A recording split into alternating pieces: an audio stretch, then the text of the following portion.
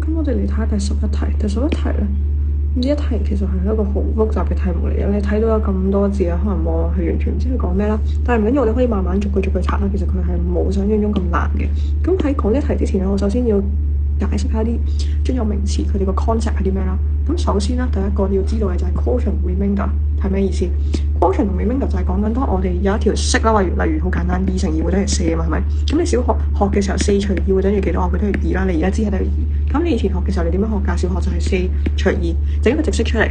咁4除2就會變咗係等於2，然後餘數係0啊嘛。咁呢一個直式咧，其實我哋細個學嘅時候咧，佢係有一堆名詞出現過嘅，例如呢個0，我哋會知道啦，佢係一個餘數嚟㗎嘛，係咪？餘數，所以佢嘅英文係 remainders。咁呢個你要知道啦，餘數。跟住之後啦 quotient 就係講緊乘嗰嚿嘢。咁所以啱啱我哋講過話，如果而家4除2等於2啦，其實我哋會知道2乘2等於4啊嘛，所以2乘2嗰嚿嘢會係個 quotient。咁例如而家3乘2幾多等於6啊？我哋3乘2等於6啊嘛，所以呢個2會係一個 quotient 嚟嘅。OK， 咁呢一個係個前詞，你要知道嘅一啲 concept 啦。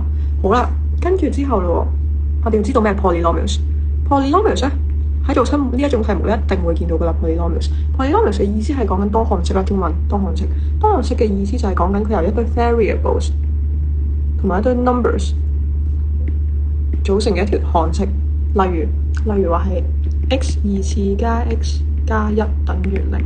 sorry， 唔使等於0。咁呢一個就係一個 polynomials。又或者啦，個 x 可以係多次方啲 x 3次加 x 2次加 x 加1，咁又係一個 polynomials 咯。又或者甚或乎係 x 減1都係一個 polynomials 嚟嘅。OK， 任何 variables 同埋 number 組成嘅就會係 polynomial 咯。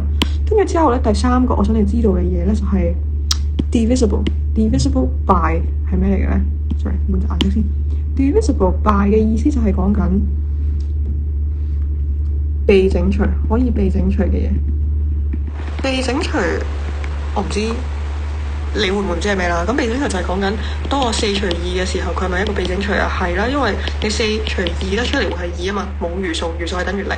任何餘數等於0，我哋都會話被整除啦。咁假如而家我問你4除1啦，好唔好？sorry， 4除 2.5 啦。咁你就會知道其實4除 2.5等於1點幾啊嘛，係咪？跟住1點幾嘅時候，其實佢就唔係被整除啦，因為佢係會有餘數嘅。4除 2.5係有餘數嘅。1係 2.5，剩翻1點，你除唔盡啦，要加嘢啦，所以其實佢係被整除唔到嘅。OK， 咁跟住之後咯，咁假如如果條題目嚟講話我被整除唔到啦，咁佢會用啲咩 concept 去表達咧？就係 divided by sorry， 然後佢就會同樣 divided by 一樣嘢啦，然後個 remainder 係15，咁即係話俾你知，如果我而家條 polynomials 嗰條式俾呢一嚿嘢 x 減1整除嘅時候，個 remainder 係15，即係我係整除唔到嘅。會有個餘數出嚟，咁呢個係前設，所以你要基本知道嘅 concept。OK， 咁跟住之後我哋就開始真係嚟研究條題目點樣做咯。咁一開始我同我哋講一個 polynomial 叫 f(x)，OK， 個 polynomial 係 f(x) 嚟嘅。佢就同我哋講個 f(x) 咧可以被整除過，被啲咩整除？俾個 x 加2整除，俾個 x 加2整除。然後佢就同我哋講到當 f(x) 俾 x 2次減1除嘅時候咧，佢個 quotient 即係我哋啱啱講嘅呢一個乘數啦，就會係 x 加4，然後佢個 remainder 會係 ax 加 b。咁所以其實 from 呢一行呢一句嘢啦 ，f(x) divided by x 2次減1 quotient 係 x 加4，然後 remainder 係 ax 加 b 嘅時候，我哋可以得出其實個 polynomial 就會等於 x 2次減1乘翻個 x 加4。然後個 remainder 我哋會加喺後面，咁呢一個就會係我哋得出嘅 polynomial 上。好，調翻轉嚟講，當我哋夾雜好多 unknown 好難啊嘛，我哋試下用數字啊，定係數字嘅形式嚟試下啦。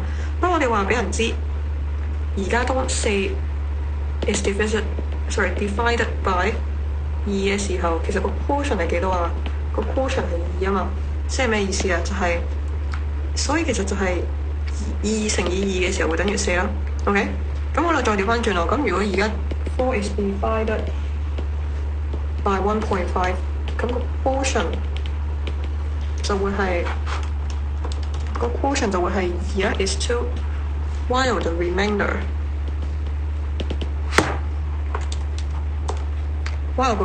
is 1。